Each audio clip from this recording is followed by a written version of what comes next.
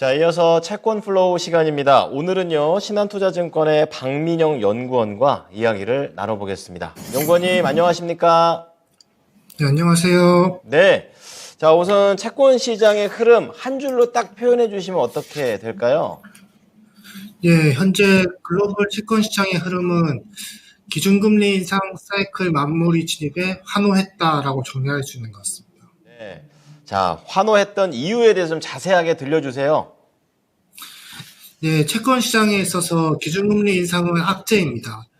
시장금리의 기준이 되는 기준금리가 인상된다는 것은 채권 가격이 기본적으로 하락한다는 의미이기 때문인데요. 연준은 2022년 3월부터 기준금리 인상을 시작했습니다. 작년 3월에 0.25%에서 1년째 인상을 지속해서 현재 5%까지 인상을 했는데요. 근본 3월 FOMC에서 25bp 인상을 단행했지만 내용을 보면은 추가 인상에 대한 우려는 크게 완화됐습니다. 연준에서는 분기 말마다 1년에 4번 연준 의원들이 생각하는 기준금리 경로를 제시하는 점도표라는 것을 발표하는데요. 이번에 작년 12월에 제시했던 점도표 수준을 그대로 유지하면서 올해 최종금리 전망치가 5.25%로 유지됐습니다. 연준 말대로면은 이제 한 번 인상하고 나면은 이제 기준금리 인상은 끝이라 볼 수 있는 것 같고요. 그럼 이제 기준금리 인상 사이클 종료에 가까워졌다는 인식이 강해졌고, 이게 작년부터 끝없이 이어졌던 채권 시장의 악재가 완화됐다라고 하면서 환호했다 이렇게 보실 수 있는 것 같습니다. 네, 지금 뭐 점도표도 나오고 있고 시장의 흐름들 그대로 나오고 있었습니다. 채권에 대한 그런 악재가 사라졌다라는 그런 판단인데요. 그렇다면 중요한 그럼 시장에서의 이슈라든지 앞으로에 대한 전망은 어떻게 내다보고 계십니까? 예, 금주에는 크레딧 이슈부터 시작해서 3월 FOMC까지 굵직한 이벤트가 많이 발생했습니다. 우선 크레딧 이슈부터 보면은 크레딧 스위스가 USB에 합병됐습니다. 유럽 금융 불안정성을 유도했던 이게 크레딧 스위스가 UBS에 합병되는 것으로 결정되자 1차적으로 유럽 금융 불안정성은 다소 해소될 것이라는 기대가 있었습니다. 그런데 합병 과정에서 크레딧 스위스의 AT1이라고 하는 신용자본증권 상각 결정 소식이 전 세계 글로벌 금융시장 악재로 작용했었는데요. 차례차례 충격이 전해질 것이라는 우려가 확산되면서 시장의 우려가 계속 커지고 있는 상황이었습니다. 다행히 정부에서 안정조치를 취하면서 금융 불안정성 이슈는 다소 완화된 모습인데요. 금융시장 우려가 완화되자 이제 시선은 3월 FOMC에 집중된 모습입니다. 우선 결과부터 말씀드리면 앞서 말씀드렸다시피 도비시안 통화정책회의였습니다. 기준금리 같은 경우는 25bp 인상을 단행하면서 5% 도달했지만은 점도표는 앞서 말씀드린 것 같이 2024년에는 5.25%로 작년 12월 수준을 유지했고요. 분명 2월달만 하더라도 물가, 고용과 같은 경제 지표들이 예상보다 견조하게 나왔고 이게 더 강한 긴축으로 연결될 것이라는 우려가 확산되어 있었습니다. 금융 불안정성 이슈로 인해 가지고 지금 현재 공급적인 긴축에 대한 우려는 크게 완화된 모습이고요.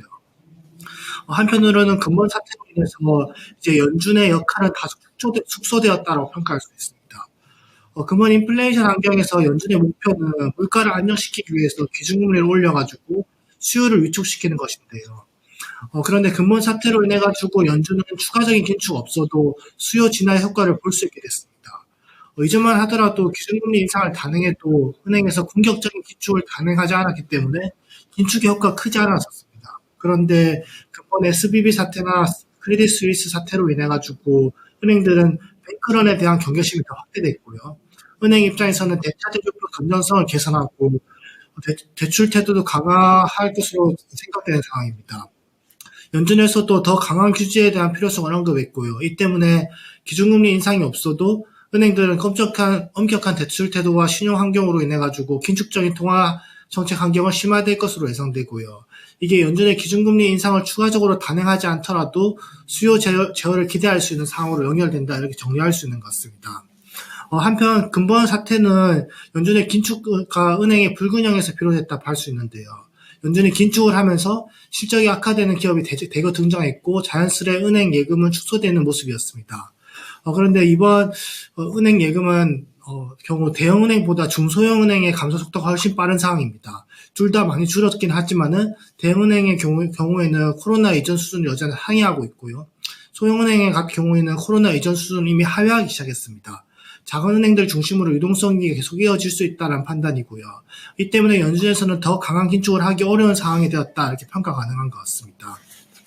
한 가지 더 언급해서 말씀드릴 수 있는 이슈는 이게 옐런 재무부 장관이 SVB 사태 이후에 대응 과정에서 언급했던 예금 보호 조치에 대해 포괄적 보험은 아니라고 못 박았습니다. 세금이 증가할까 우려가 지속되는 상황에서 현행 25만 달러 이상의 예금자 보호 대상자를 무제한으로 확장시킬 수 없다는 것이고요. 이게 또 시장의 우려를 다시 키우면서 경제 충격의 가능성을 가늠해봐야 되는 상황이라 볼 수 있는 것 같습니다. SBB와 같은 또 다른 리스크가 불거질 수 있다는 우려가 커진 상황이기 때문에 시장 금리는 더 하방 압력이 커졌다라고 정리할 수 있는 것 같은데요. 전망을 정리해서 말씀드리면은 이때까지 지금 좀 더 긴 관점에서 채권 투자의 매력은 더 명확해졌다라고 생각할 수 있는 것 같습니다. 물론 채권 금리가 단기적으로 너무 빠르게 급락하면서 현재 반영되어 있는 채권 금리 레벨 자체는 조금 되돌림이 나타날 수 있다라고 볼 수 있습니다만, 다만 전체적인 방향성 관점에서는 국채 투자의 대표적인 약세 요인이 크게 경감됐고, 그리고 경기 침체 또는 크레딧 리스크가 확대되면서 채권 투자에 대한 매력이 굉장히 커진 상황이다라고 볼 수 있습니다. 시장 금리의 상방 요인이 약화됐고 하방 요인이 부각될 수 있는 상황이기 때문에 단기 조정이 있을 때마다 장기물 국채 중심으로 이제 매수 전략을 가져가는 것이 수익률 제고에 도움이 되지 않을까 이렇게 생각할 수 있는 것 같습니다. 네. 자, 앞으로도 채권의 매력이 더 커지기를 기대해 보도록 하겠습니다. 오늘 말씀 감사합니다. 네, 감사합니다. 네. 자, 오늘 채권 플로우 신한투자증권의 박민영 연구원이었습니다.